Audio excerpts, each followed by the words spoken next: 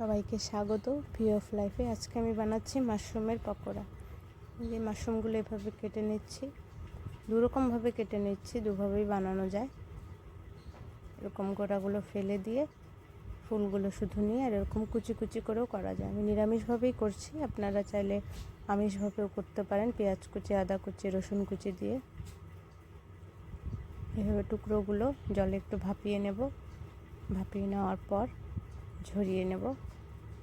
ঝরানো হয়ে গেছে। এটা চালের গুঁড়ো, একটু আটা, হলুদ গুঁড়ো, লঙ্কার গুঁড়ো, আর আমি একটু আমার বানানো গরম মশলা অ্যাড করেছি, একটু ফ্লেভারটা হওয়ার জন্য। ভালোই লাগে এর গন্ধে। এইভাবে গোলা করে নিয়েছি।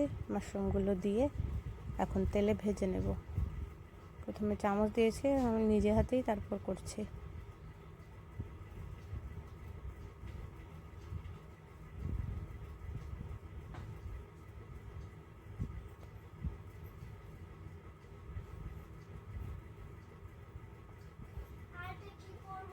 পকোড়াগুলো এইভাবে আস্তে আস্তে এক এক করে দিয়ে দেব।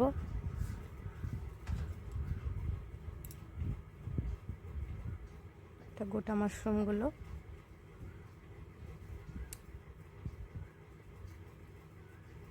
একটু কড়া করে ভেজে নেব, মুচমুচে হয়েই যাবে যেহেতু চালের গুঁড়ো দিয়ে করেছি। আপনারা বেসন দিয়েও করতে পারেন। বাড়িতেই আমার আতপ চাল ছিল, সেগুলোকে মিক্সিতে গুঁড়ো করে একটু রোদে শুকিয়ে রেখেছি এভাবে বড়া খাওয়ার জন্য। আর এই কুচি কুচিগুলোকে এইভাবেও বড়া করা যায়।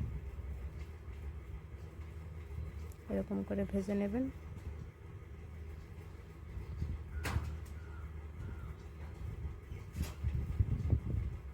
ব্যাস তৈরি আমার মাশরুমের পকোড়া। খেয়ে দেখবেন, খুবই টেস্টি। ধন্যবাদ।